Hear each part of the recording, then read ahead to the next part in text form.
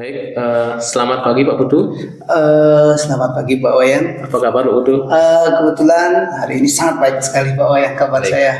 Terima kasih Pak Ya. Putu. Jadi Pak Putu sudah meluangkan waktu untuk hadir hari ini Pak di kegiatan penyerahan hasil laporan belajar semester 1 Pak.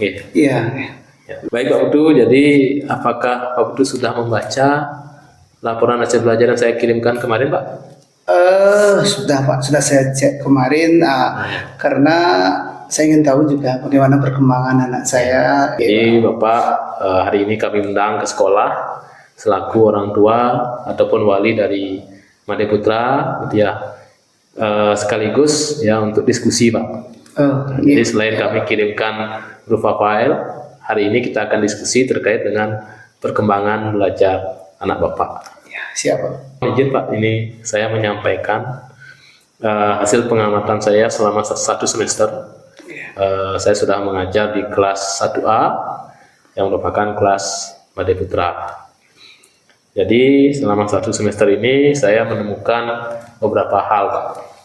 Yang pertama tentu yang sudah baik, jadi kemampuan yang sudah baik dari anak Bapak, gitu ya. Nah, saya melihat bahwa kemampuan kognitif dari putra itu sudah sangat baik Pak, baik dari segi literasi, numerasi, gitu ya. Bahkan ketika saya memberikan pertanyaan ataupun soal, pasti Made yang paling pertama menjawab Pak, dan jawabannya betul gitu.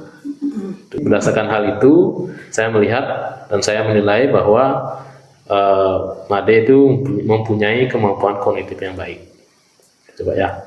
Nah, itu tentunya menjadi modal yang sangat luar biasa Pak untuk perkembangan Made ke depannya. Nah, namun demikian, gitu Pak ya. Saya melihat Made ini masih kesulitan di kemampuan sosial dan berbahasanya Pak. Dimana saya melihat Made itu susah bergaul dengan teman-teman di kelasnya, cenderung dia menyendiri. Nah, apakah Pak Putu merasakan hal itu juga? Memang di interaksi sosial dan berbahasanya memang agak kurang menurut saya seperti itu. Mungkin sama dengan pengamatan yang Pak Wayan sampaikan. Setelah saya baca, hampir sama juga kendala atau kelemahan dari anak saya Made Putra yang saya temukan, yaitu di interaksi sosial dan berbahasa memang kurang. Di rumah pun seperti itu. Bahkan ketika ada teman seumuran anak saya datang ke rumah, malah dia lari ke kamar gitu. Artinya memang seperti tertutup anak saya gitu. Dari apa yang disampaikan Pak Putu tadi, teman kita sama Pak ya. Artinya memang Putra masih mengalami kendala di interaksi sosial dan juga dalam berbahasa. Nah, baik waktu tentu kita perlu mencari solusi atau alternatif solusi bagaimana biar nanti putra bisa berkembang dalam kompetensi sosial dan juga berbahasa gitu Pak ya. Nah, kalau di sekolah gitu Pak ya, nanti di semester depan ya saya akan memberikan kesempatan kepada putra untuk menjadi guru cilik Pak.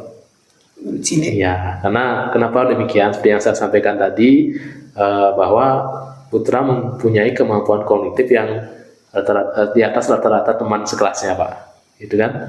Nah, tentu kita perlu optimalkan ini, kita perlu kembangkan lagi kan gitu Pak ya. Sekaligus untuk mendukung kemampuan yang masih kurang, yaitu kemampuan sosial dan berbahasanya. Jadi dengan menjadi seorang guru cilik, gitu Pak ya, nanti putra berperan untuk membantu teman-temannya yang masih kurang. Misalnya yang belum fasih membaca, yang belum fasih berhitung, gitu ya, nanti putra yang membantu untuk belajar gitu. Nah, dengan harapan nanti dengan peran ini putra nanti akan lebih meningkat interaksi sosialnya dan kemampuan berbahasanya. Betul. Itu sih rencana saya di sekolah untuk menangani kekurangan dari putra dengan memaksimalkan potensinya gitu. Nah, kira-kira waktu kalau di rumah apa yang bisa dilakukan Pak? Agar mendukung juga gitu. kalau di rumah mungkin saya punya rencana ini Pak Wayan, punya kiat-kiat di rumah. Nah nanti kalau setelah pulang sekolah, saya akan ajak cerita nanti anak. Apa yang didapat di sekolah, kemudian apa saja kegiatan yang di sekolah, siapa nama teman di sekolah. Nah mungkin dengan kegiatan itu interaksi bahasanya atau interaksi sosialnya bagus gitu. Nah ketika ada tamu nanti saya datang ke rumah saya, pasti anak saya akan ajak untuk mendampingi dan saya akan perkenalkan bahwa ini teman bapak, silakan salim dulu. Dan kemudian saya akan ajak itu Made Putra itu anak saya berinteraksi atau berperan aktif dalam kegiatan di rumah dan di luar rumah. Nah tadi yang di dalam rumah saya suruh bercerita apa yang dia dapat di sekolah. Kemudian pasti saya akan ajarkan dongeng atau cerita rakyat. Saya akan ajarkan, setelah saya ajarkan cerita, saya akan mencoba untuk anak saya kembali menceritakan dongeng yang saya ceritakan. Nah mudah-mudahan dengan itu meningkat kemampuan berbahasanya. Tapi kalau dalam kegiatan di luar rumah, dalam interaksi sosial, pasti saya akan ajak jalan-jalan ke tempat yang ramai. Baik, terima kasih Pak Putu. Jadi mari kita sama-sama ya. Iya. Selain di sekolah, di rumah juga perlu kita lakukan seperti yang disampaikan Pak Putu, dengan bercerita, walaupun singkat-singkat mungkin ya. Singkat-singkat, yang penting sudah ada upaya untuk mengeluarkan kata-kata kan, untuk meningkatkan kemampuan berbahasanya. Kemudian dengan mengajak bertemu dengan orang baru, seperti yang Bapak sampaikan tadi kan. Nah, itu juga nanti bisa membantu untuk interaksi sosialnya. Baik Pak Putu, mungkin itu yang bisa saya sampaikan. Mari kita sama-sama kita membina Made biar nanti lebih baik ke depan.